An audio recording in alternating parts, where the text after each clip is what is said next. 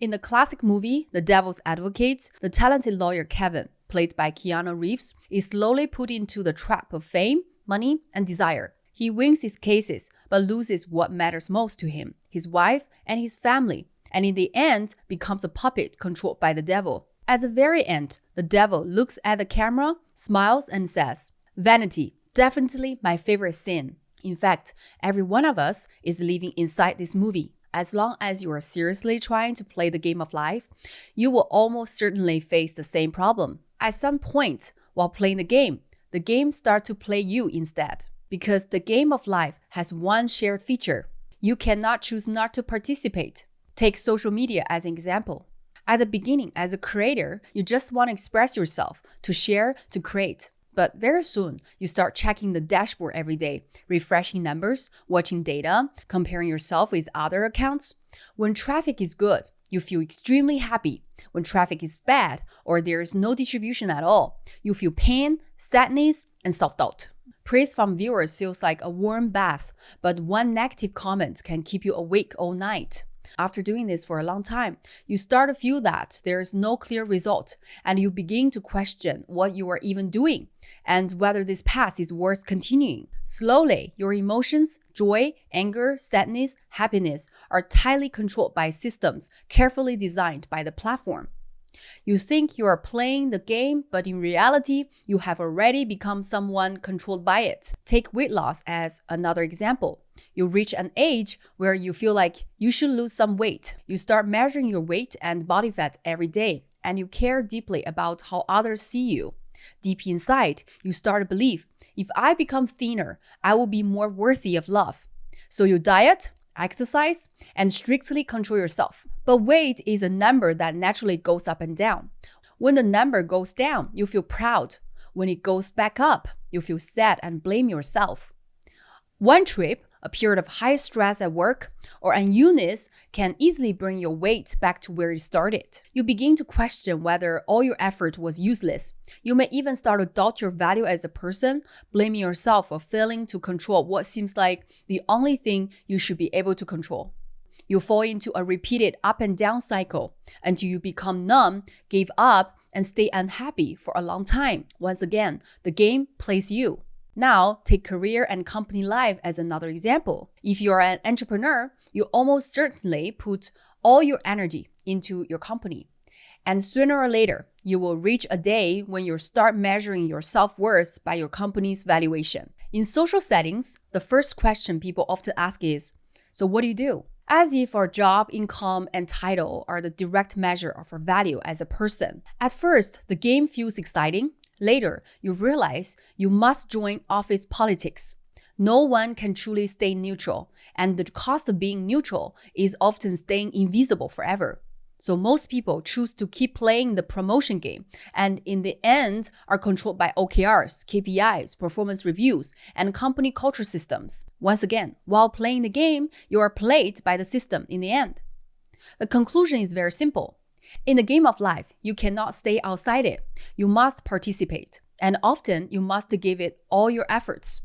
But once you are fully invested, it becomes very easy to forget that you are playing and instead let data, results, and evaluations define your value. But you must not allow yourself to be deeply trapped by this game. Today, I want to explore one question with you. How can we fully engage in the game of life without being controlled by it? I have been playing this game of life for almost 40 years. What follows are 7 principles I have learned from these 40 years of experience. Principles that allow you to play with joy without being played in return. Principle number 1. In the game of life, when temptation appears, always ask yourself, what would my soul choose? The game of life keeps pushing us towards critical moments of choice. What truly decides whether you can get through this game is not how hard you work, but how you choose at key moments. When temptation shows up, it rarely looks like something obvious wrong. Instead, it usually sounds like this. For success, this small compromise is worth it. For the bigger picture, this sacrifice is acceptable. To avoid failure, this setup must be taken. This is why there is a very simple but very important practice. At key moments, ask yourself one question. What would Jesus do? Or without religious language, simply ask,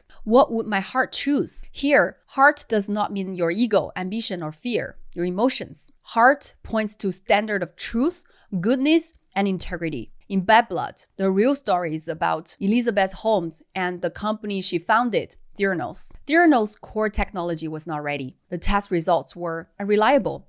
Knowing this, she still made a choice at critical moments. She continued to claim the technology worked, continued raising money, continued expanding influence, while hiding the truth from employees and regulators. She did not choose this because she did not know it was false. She chose it because she had fully tied the company's success to her personal value and life meaning. Failure would mean denying her entire life, so she kept moving forward, using bigger lies to keep the games going. In the movie The Devil's Advocate, the male lead, as a young lawyer, has never lost a single case. His most critical choice comes when he knowingly defends a guilty client, simply to maintain his never-lose record. This choice does not corrupt him overnight. It marks the moment when, for success, he consciously crosses a line he already knew he should not cross. From that moment on, he has placed his soul into the game as a bet. In the real world, Kazuo Inamori, who built 2 Fortune 500 companies from ground zero, offers a very clear contrast.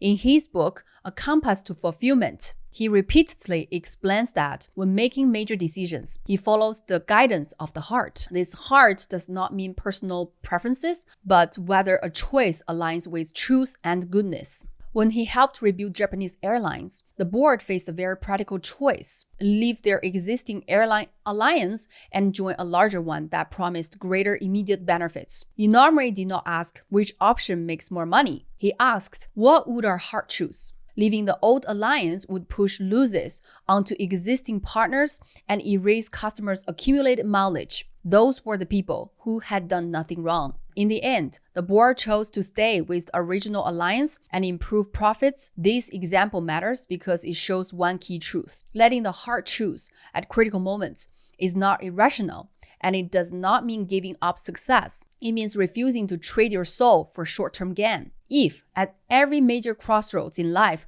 we can pause and ask, what would my heart choose? That alone becomes the first line of defense against being played by the game. So to summarize, the principle number 1 is, don't ask what your ego wants. Ask what your heart would choose. When you feel anxious at a crossroads, ask, what would my soul do? Principle number 2, have a playing game mindset. If you fear failure, you can't really keep playing. If life is a game, then it is not a game with a fixed ending, not a 30-episode finale type of game. It is an infinite game.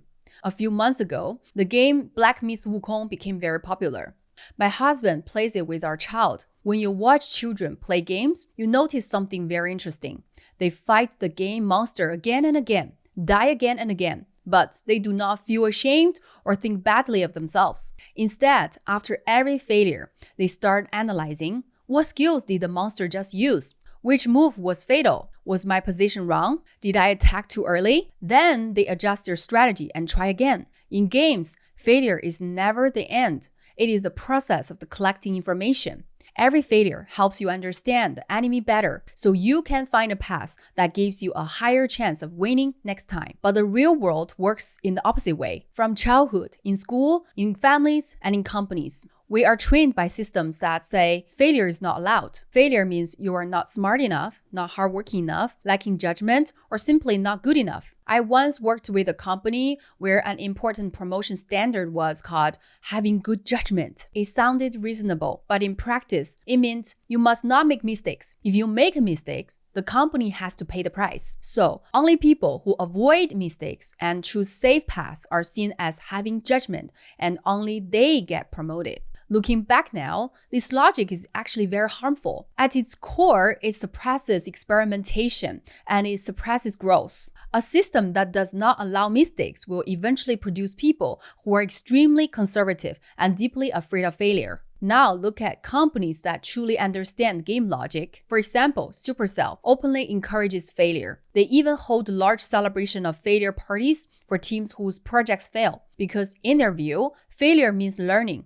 It means you have already explored the past instead of staying still. This is the core of a true game mindset. If you're afraid of failure, you cannot really play the game of life because you will only choose safe moves, not exploratory moves. You will become more cautious, less willing to try, and more easily trapped by existing systems. As long as you are still playing, the game is not over. Principle number 2 is see life as an infinite game. Failure is not a stain. It is the data you collect about the enemy. Fail more, reflect more, adjust your strategy more, and keep refining your play. Next time, you will play better. Principle number 3, stay aware. You must know that you are playing a game. If you do not want to be played by the game of life, the most important thing is this. You must constantly remind yourself, I'm playing a game. Once you forget this, you will be pulled by the game's data, evaluations, wins, and losses without even noticing. You will start to believe that those emotional ups and downs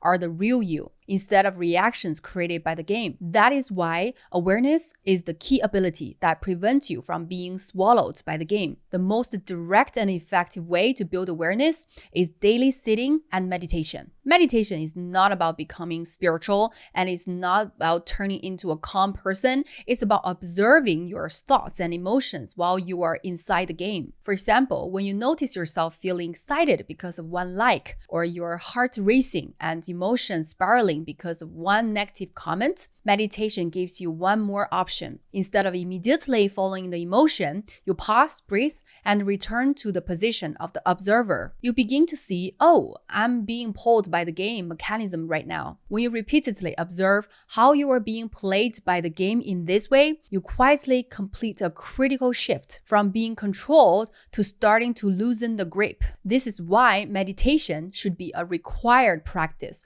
for playing the game of life, not an optional extra. Besides sitting meditation, spending time walking or running in nature is also very important. It is another way of meditation, moving meditation. When you move through nature, it becomes easier to observe yourself from a perspective where you feel connected with everything. This perspective creates a small distance between you and the game you are currently playing. And it is precisely this distance that allows you to pause, reset, and restart rather than being constantly dragged forward. It is important to emphasize that this is not a one-time practice. Awareness itself is an infinite game. There is no graduation or no final stage. You cannot complete it. You can only keep practicing.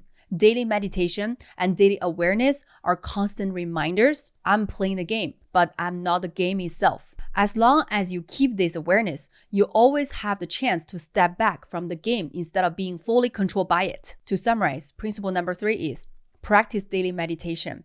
Walk in nature and feel yourself as part of everything. This kind of stepping out observation allows you to complete a brief reset in the middle of a noisy game. Principle number 4, having the right to exit. There is one critical difference between games and real life. In games, you can always exit and restart. But in real life, many people feel they are stuck. Marriage, family, children, parents, mortgages, companies, employees, responsibilities, all of these piled up and slowly create one feeling. I'm trapped. I have no choice. But this must be stated clearly. In most cases, it is not that you have no choice. It is that you are unwilling or afraid to bear the cost of exiting. You can leave a marriage. If your parents treat you badly, you can gradually find ways to become independent. A company can be closed. A long-term losing project can be stopped. What truly traps people in real life is never whether exit is possible, but these 3 things: financial cost, social judgment, and inner guilt and self-blame. So the right to exit does not mean you must leave everything right now.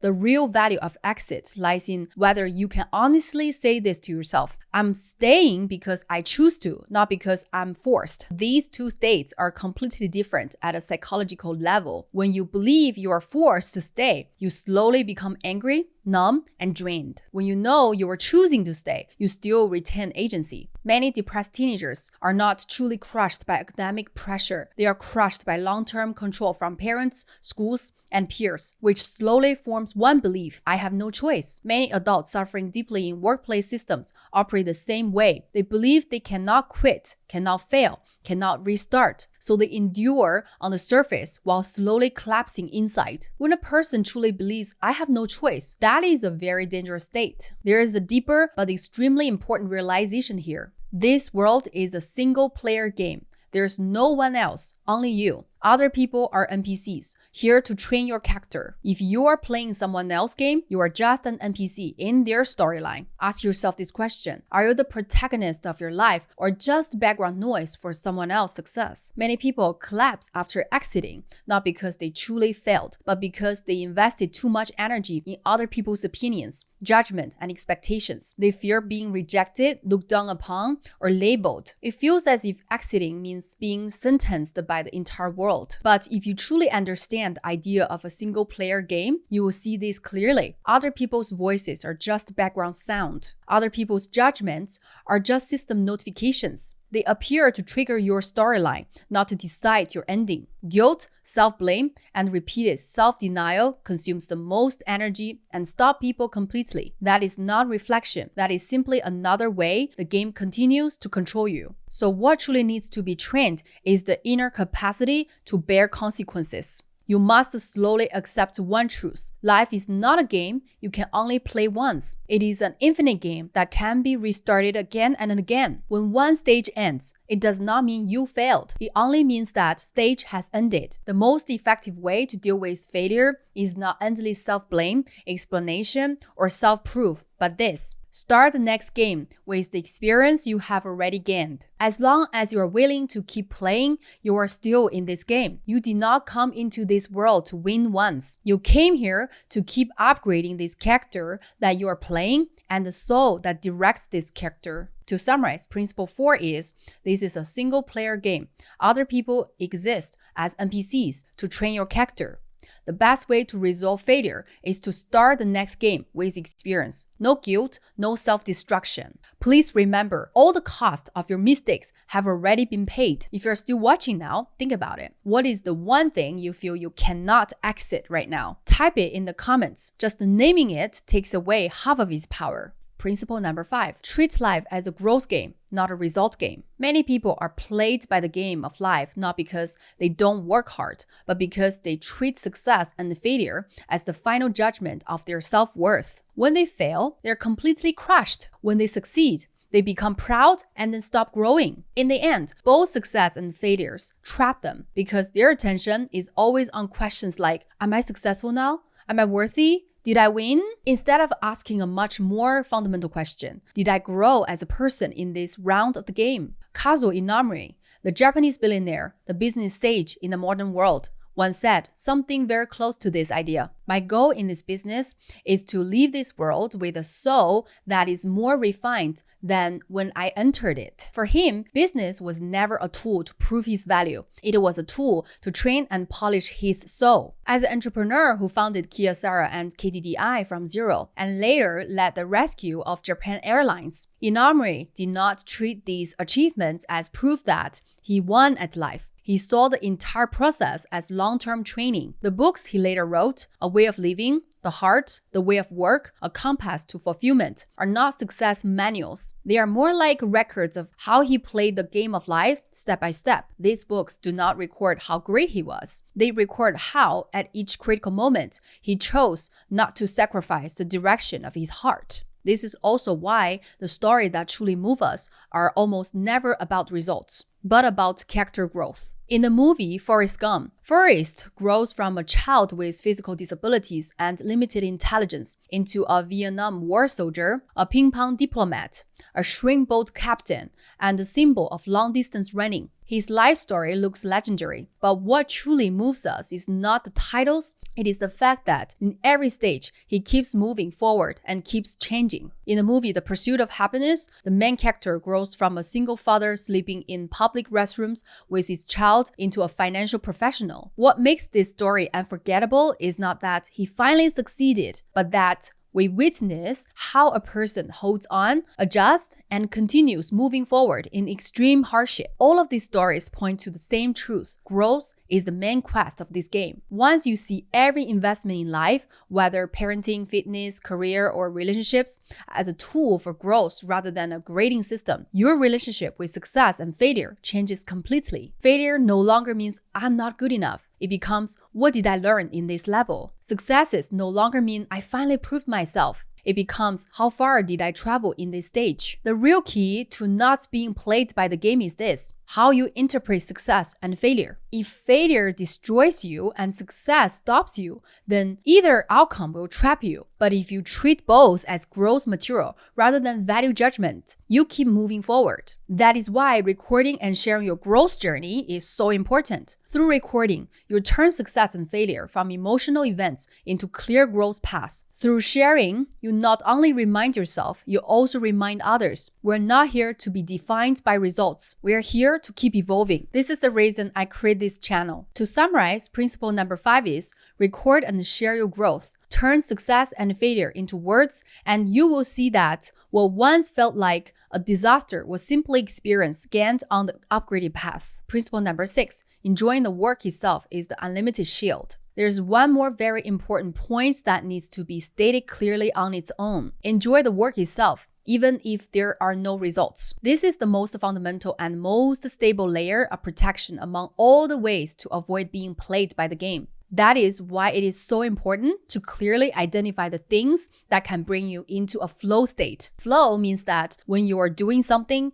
your attention is fully focused, your sense of time disappears, and you do not need to force yourself to continue or rely on external rewards. You are focused, joyful, and at the same time, highly effective. Once you can enter this state consistently, your relationship with results changes. You are no longer working for data, evaluations, or rewards. You work because the work itself nourishes you. At a psychological level, this frees you from the feeling of being enslaved. Many people do the opposite. They start by chasing money, results, and certainty without ever truly asking themselves, what makes me forget time? What would I still choose to do even without applause? If you can find such a thing, you have already won more than half the game. The correct order is never to first chase the market and then force yourself to adapt. It is to first follow your flow, to take the things you truly enjoy and love and do them as well as you possibly can. Only then do you look for suitable market variations for what you create in flow. When you create from flow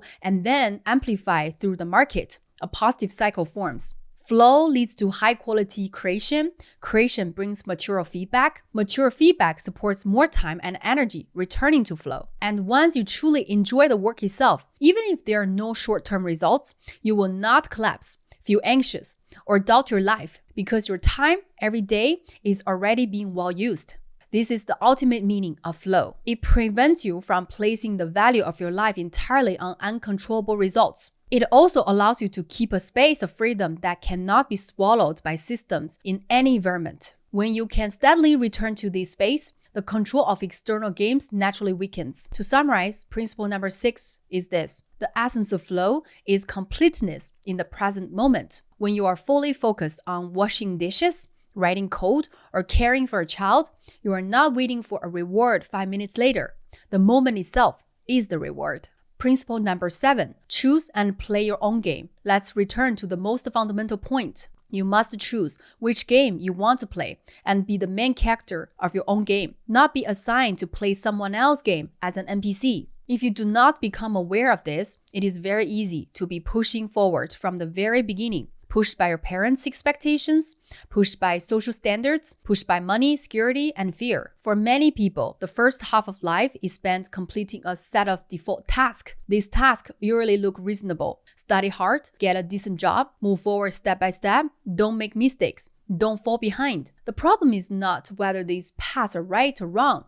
The real question is, did you ever truly choose them? There is an important comparison here that is often overlooked. When we play normal games, we know everything from the start. You know what abilities the character has, how skill points work, what the main quest is, and what paths are possible. Even if you play badly at first, you clearly know that you are exploring a character and a map. But life is not like that. In the game of life, at the beginning, you know nothing. You don't know what you are truly good at. You don't know what brings you into flow. You don't know what will drain you over time. You don't know which paths you are willing to walk for the long run. In this unknown space, family, school, and society naturally step in and start telling you how to play, what they expect from you, what counts as success, what counts as failure. As a result, most people do not actively choose someone else's game. They are assigned to it before they even know who they are. Of course, there are a few very lucky people who know early on which game they want to play. For example, Taylor Swift knew very early that she wanted to write songs, create, and stand on stage. And she has refined that path for decades. Wolfgang Mozart showed clear musical talent in childhood and spent his entire life walking that path. But these cases are extremely rare. For most people, the moment they truly begin to ask, am I playing the game I chose? Often arrives in midlife. This is not failure. It is a very common pattern. Carl Jung once said, life really does begin at 40.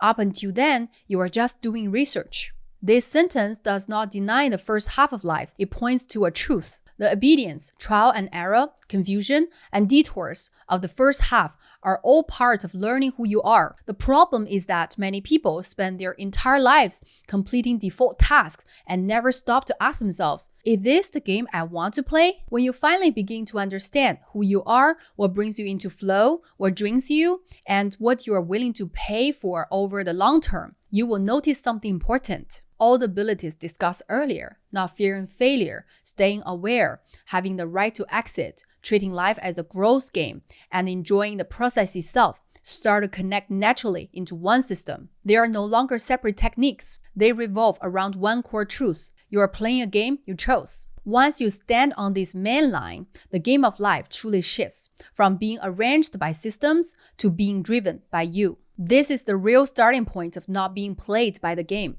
So principle 7 can be summarized as this. First, figure out who you are and which game you want to play. Only then does effort make sense. Otherwise, all your hard work is just being assigned to play as someone else's NPC.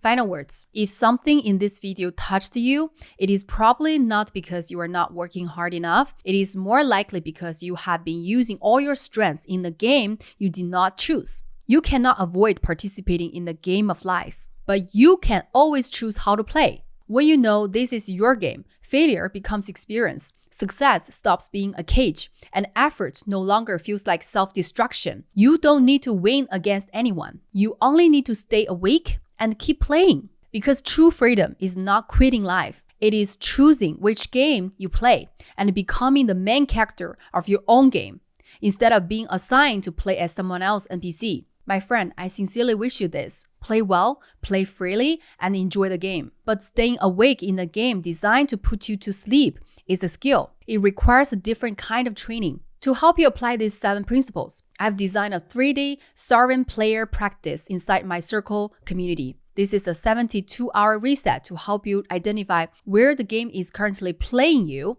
and how to reclaim your agency. I've opened a 3-day free trial for my premium membership, so you can start this practice today at 0 cost. By joining, you also get immediate access to my Master Knowledge Vault. Inside, I've prepared the Game of Life cheat sheet, a structured blueprint that breaks down these 7 principles into daily reflection dossiers. You will find the Life Game Audit quiz, a tool to help you figure out if you're currently the protagonist of your life or just background noise for someone else's success. The link is in the description below. You can enter the vault, download the blueprint, and finish the 3-day practice all within your trial period. If you are ready to stop being an NPC in your own life, the door is open. I hope to see you there. Time to play your own game.